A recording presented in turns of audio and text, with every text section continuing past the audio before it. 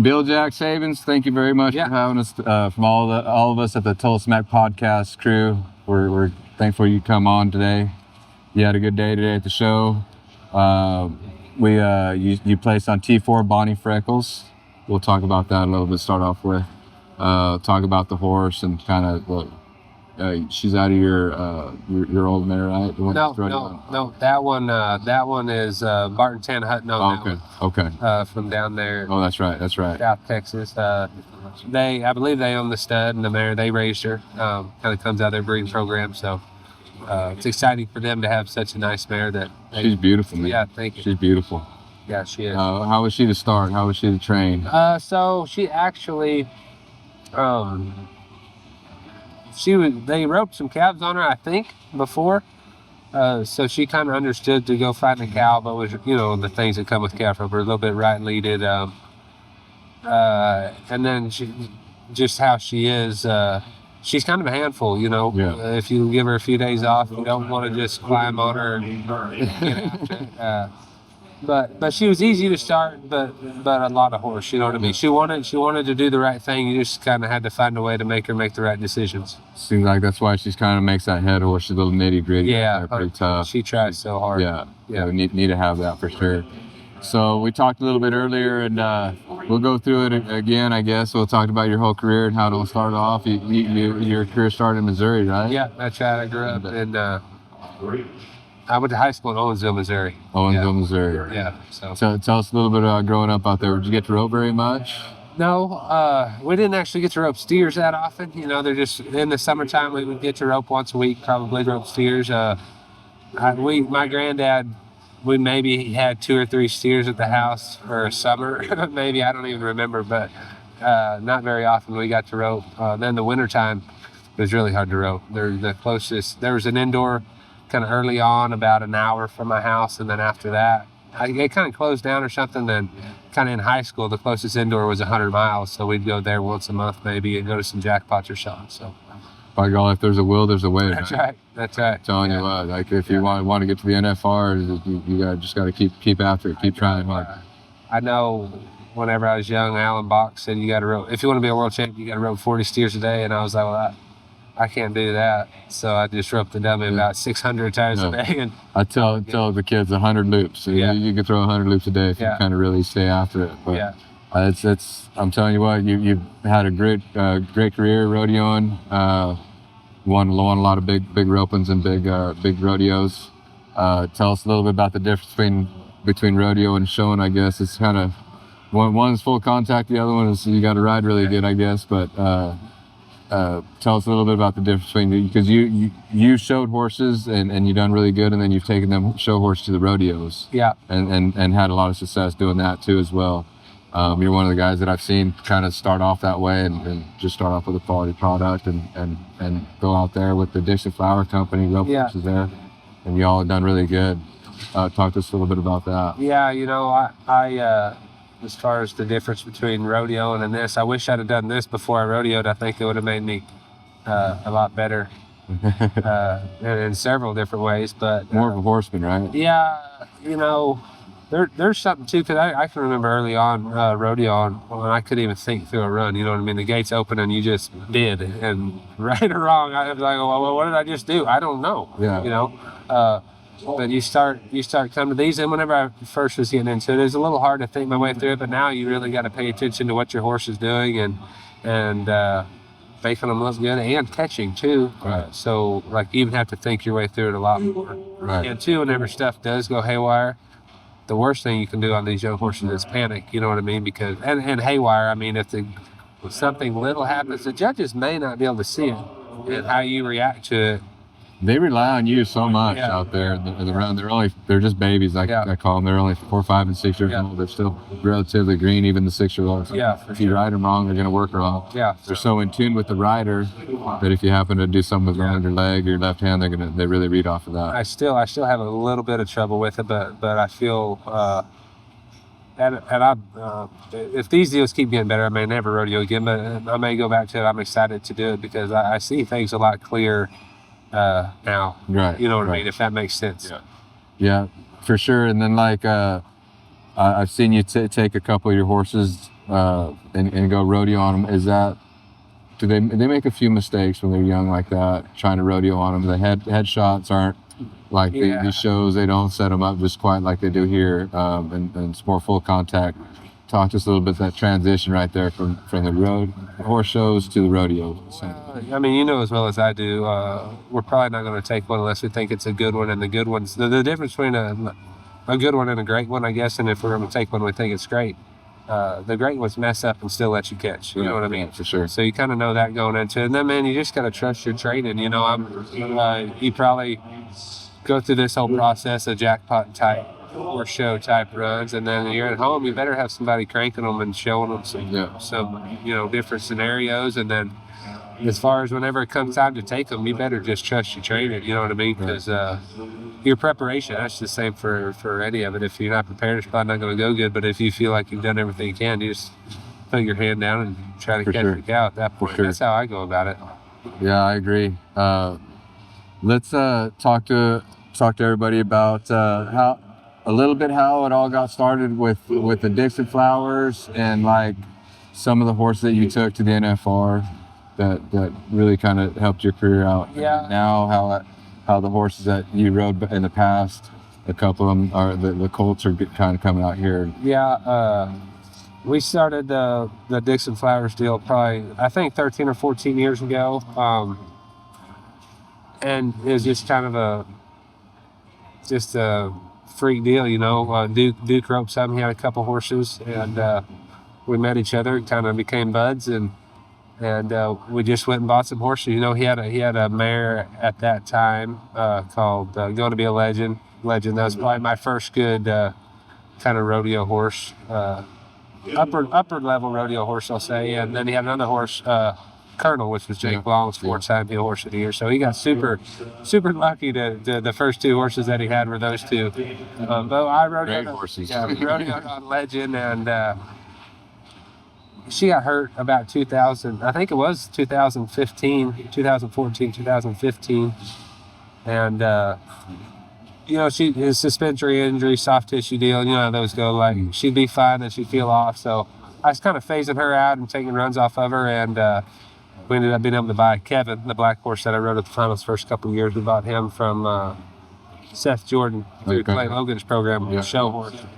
And we went through a couple years on him, made the finals, won some good stuff in the jackpots, and then he had got hurt too, and kind of phasing out again. And they had Sugar, which they had been showing her. JD8 showed her, and did good in the show deal.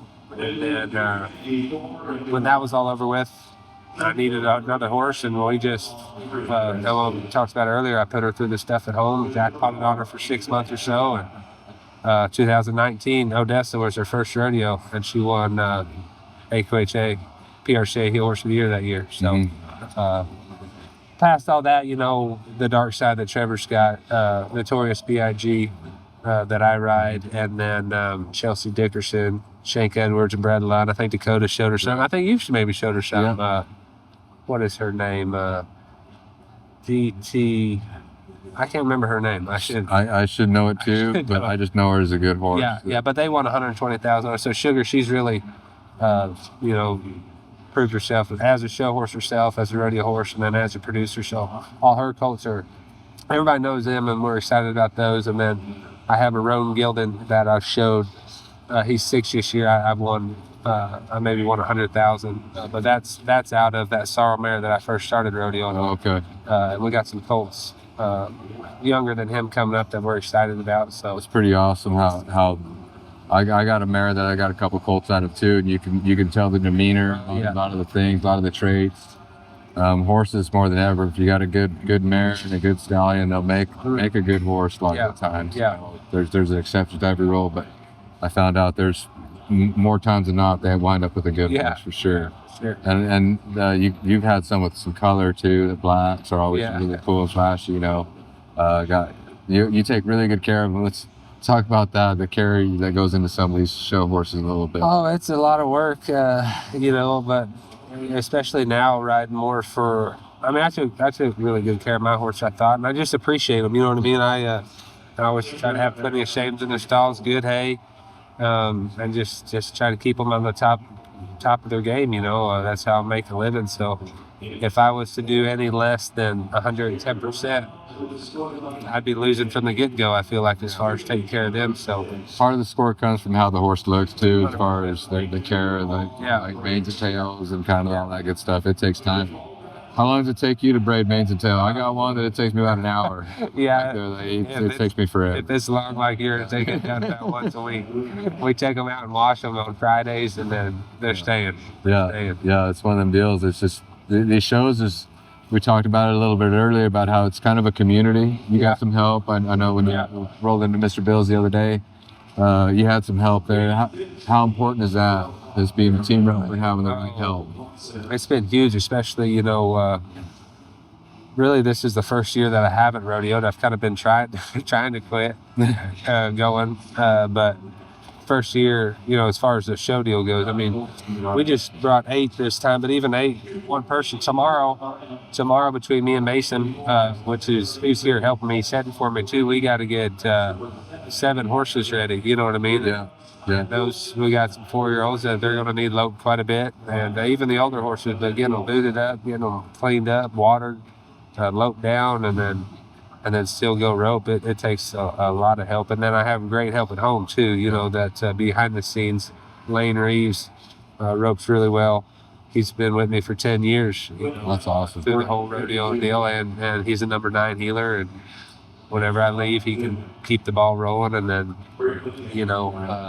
Amy at the barn, just making sure they're getting shot, making sure everything's healthy and feeding, and it takes a lot of people. Yeah, I know we rodeoed quite a bit, and it seems like rodeoing, you're out there and it seems like you're all by yourself sometimes, even with trying to jump around with headers, it feels like you're all alone. Yeah. But it seems like out here at the shows, it's a community out here. If you need some help with some of these guys, you got to be good to everybody, because you never know when you need somebody out here. It seems like roping with you, or like you talked about, you probably brought 10 head over here, you think? Is how many? Well, we brought 8 this time. Even that itself has taken a long time to feed and water and clean pans and all that stuff. And out here, everybody's hard workers out here, man. They'll throw in and help you clean pins if you need to. You need help riding a horse, or we're gonna go get dinner. You want to go? Well, I got 2 or 3 horses to ride still. They'll help you out. You can go get dinner together. So that's kind of what I like about these shows. Yeah, for sure. It's just having the right people around you is important. I will say, after rodeoing for as long as we have, and rodeo's hard work too, don't get me wrong, but take your 16 head over there to Fort Worth, and it's 98 degrees down in that parking garage. That's a lot of work. A little easier than just going over there and having to heal 1 steer that day. I know you helped today and stuff like that. Sometimes you go help, you're going to have to heal 20 or 30 steers that day, because the headers are pretty consistent at these things. It's not like you're going to catch high percentage. You're going to turn in a lot. And it's sometimes not as pretty out there too, because the head horse, they're trying to show them, so you're gonna get a little hind end drag right there, and if the steer's not real strong in the hind end, they're just gonna waller out of there. So mean heel loop down there. But kind of like what we talked about earlier. It really you have to be thinking clear. You got to make good decisions and really be focused on just paying attention. Anything can happen. So I agree right there with talking to Cody's. One thing he says about pay attention. Paying attention don't cost nothing. He said that's one of his sayings around the ranch over there. And so I always think about that at these shows. I come around there and make sure the steer takes a nice hop, heel the steer right, get a good dally. That way the header can get a good face. And talk to us a little bit about the judging side of it. You're one of those guys that gets scored really, really good on the heel side. And I noticed today that judges really liked what you do on the head side. And I think a lot of your points come from the box right there. How'd you get that mare being so fiery, score so nice, sit there?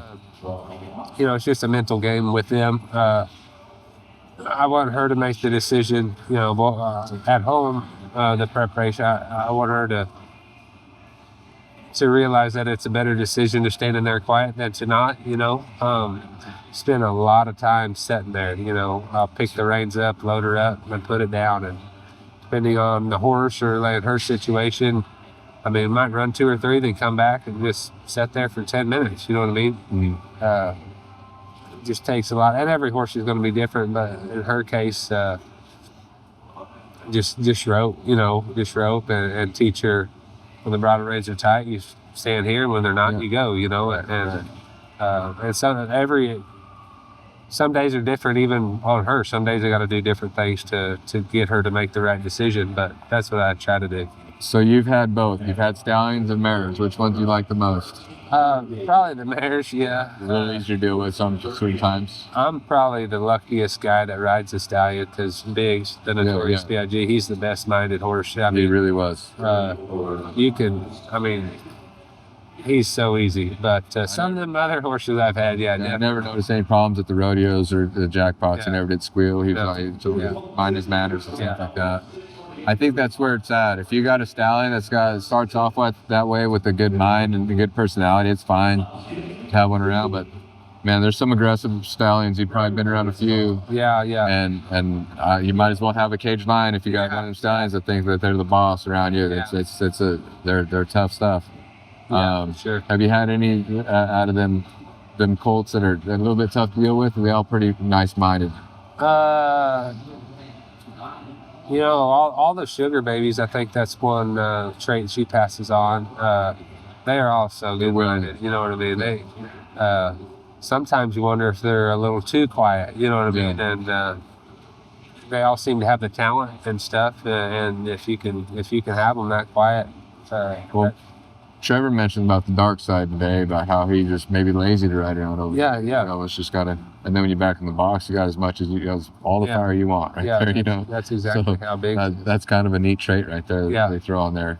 And we're breeding specifically rope horses nowadays, and not just we're kind of getting some cut and rejects or cow horse rejects. We are specifically, you've been breeding rope horses. Yeah, 100%. And I think I commend you for that too, because it's awesome what y'all are changing the game. I think the future of the rodeo game depends on, I think, the horse that come out of those stuff. Yeah, 100%.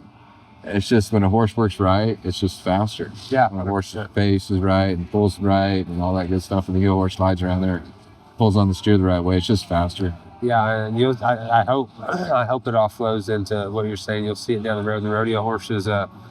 These head horses, how they want them up there. I mean, we got a horse show, AQHA, drag their leg, but when their front end's up and their left leg's down, you can put the steer on the end and it's so much better. Put the legs together.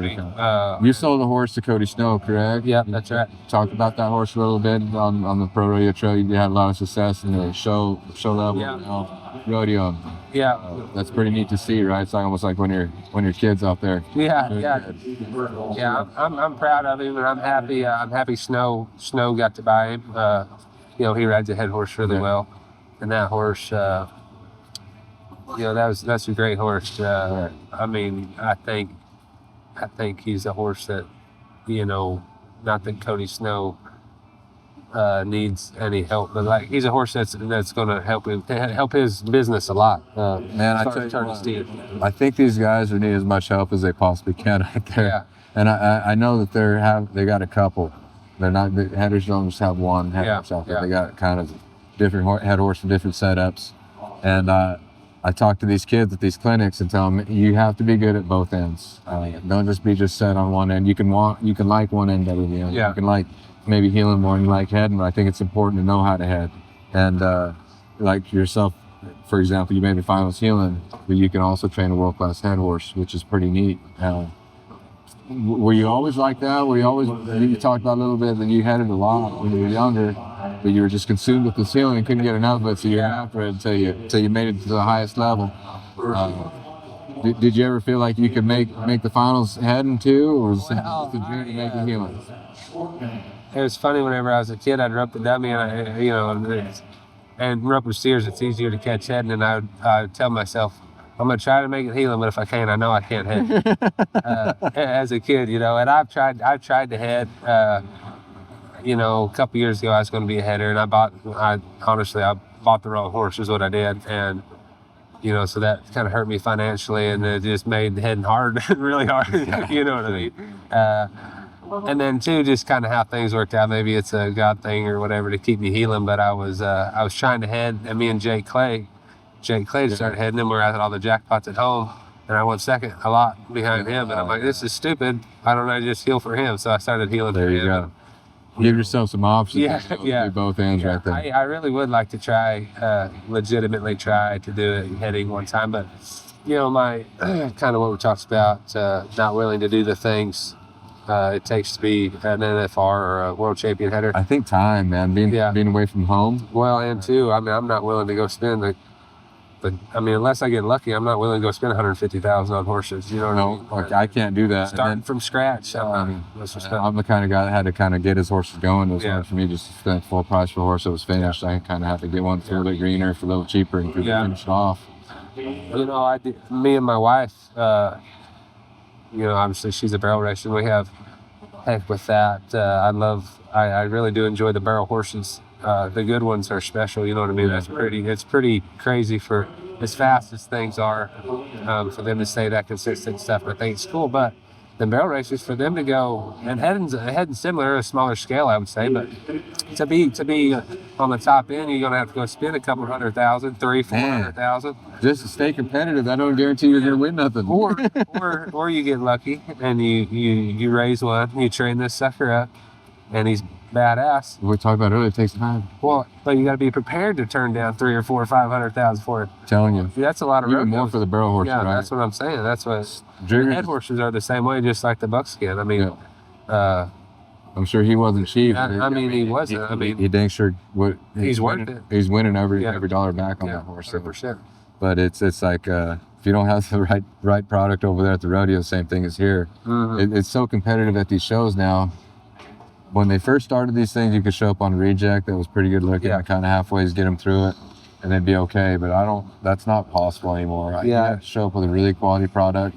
There's enough guys like you and Trevor on these really nice horses, and Miles trains really good horses. Dakota's always at these things, and he's helping at these things. He's like we talked about having enough horses. He's got, probably 12, 15 horses over here just to kind of get through what he's got to do. I know he hauled 22 in here is what he said. 22. Yeah. 22. So that's kind of one of those things we talked about. It's a community out here. We got to help each other out. He was healing for you today. Yeah. Correct?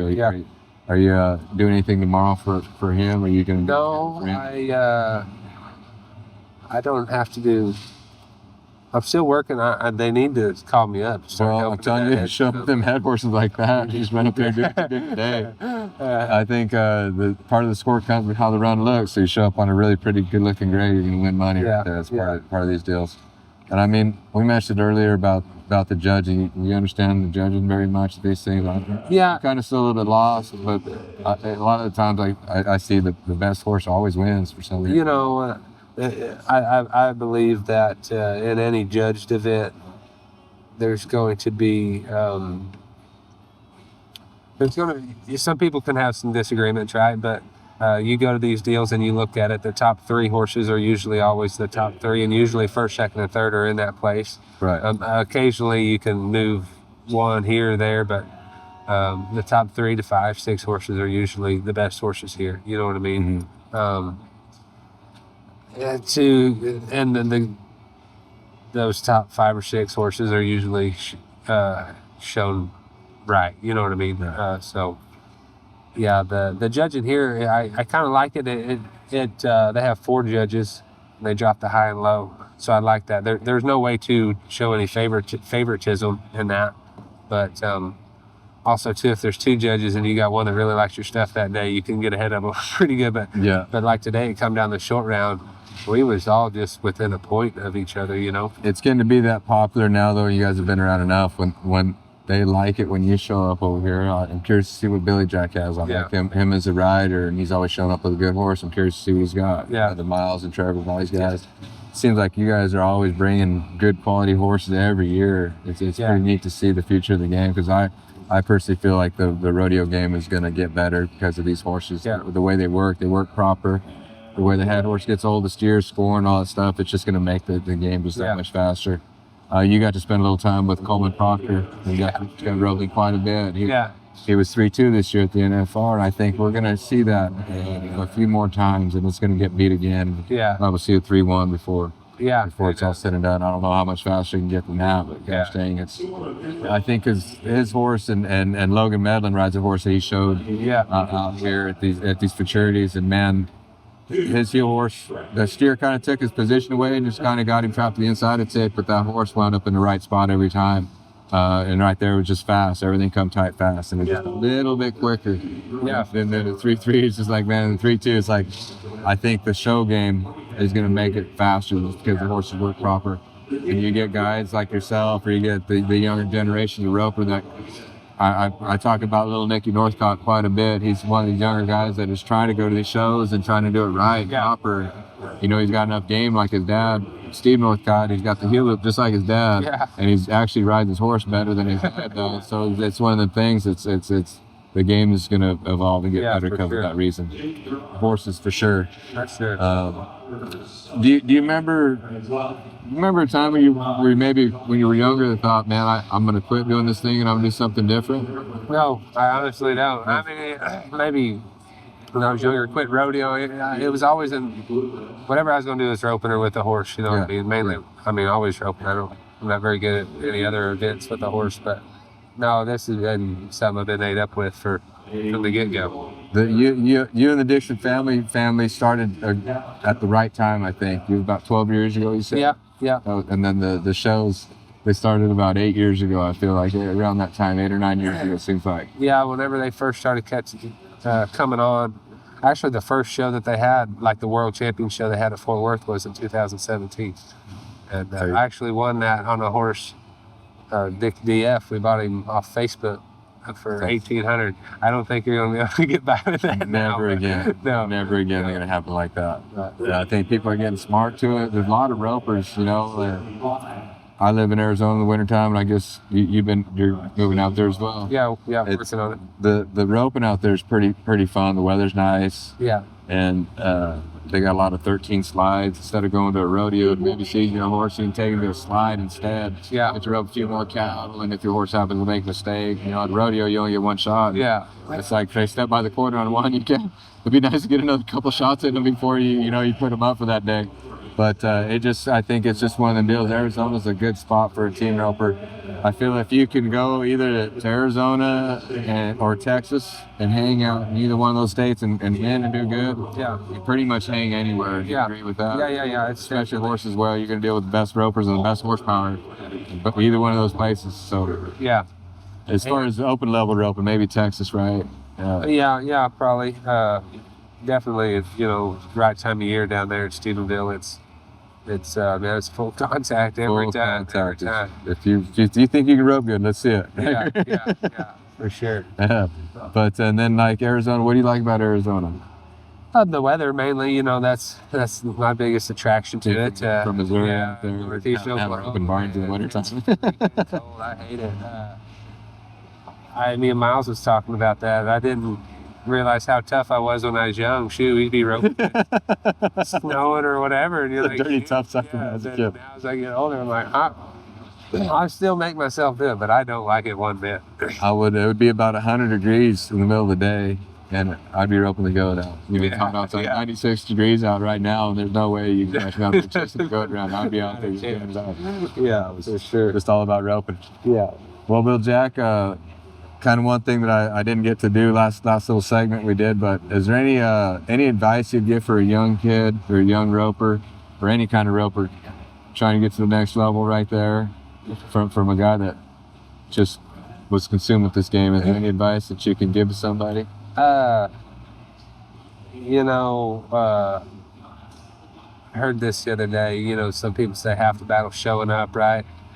No, that's a prerequisite. Like that's not even. No, you can't just show up, and working hard's not even enough. Now you're gonna have to work hard, but work in the right way. Get around people that can help you make shortcuts. Don't just bang your head against the wall making dumb mistakes. Get around the right people. That's what I'm gonna say.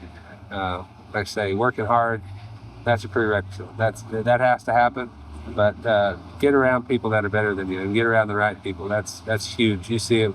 Yeah. I mean, Nicky Northcott, we talked about him. I mean, there's no doubt that he was going to heal good, but the people that he's around. He works at it real hard. Yeah. He's consumed with it too, just like you and I were. So how are you going to stop a guy like that? Work hard and be around the right people, I'd say. I heard a saying today about Kobe Bryant. You're one of them guys, man. if you're in there fighting with a bear, be bored for the bear. You know what I mean? Like, you're gonna figure out a way to win. So a great job today, Bill Jack. It was great. You're a great competitor, man. You're one of them sharks in the shark tank out there I got to compete with and learned a lot from. And it's awesome, like you talked about. You got to get around the right guys. And that was one of the things that I like to throw rodeo on. Is you were surrounded by the very best ropers in the world right there. So if you want to get a little bit better, you could right there. You don't have a choice. Yeah, well, like Cruz, you don't have a choice. You don't win, you got to go home. But and all them guys are like you. You're a real good guy. Like if you really want to ask them a question and be full-hearted about it, you'll help somebody. I'm the same way with these clinics. You know, I see a lot of kids like you that want to, that maybe don't get to rope every day. Just you crave it. Just be out there. If they don't cost nothing, you can get out there and when it's cold outside or hot outside and rope the dummy. If you can throw 100 loops a day, you'll do good. But Billy Jack, thank you so much. Thank you. From everybody at the Tolleson-Mack podcast, thank you so much. And from here, Billy Myers, Platinum Medal Futurity. We thank you so much. Appreciate it. Yeah.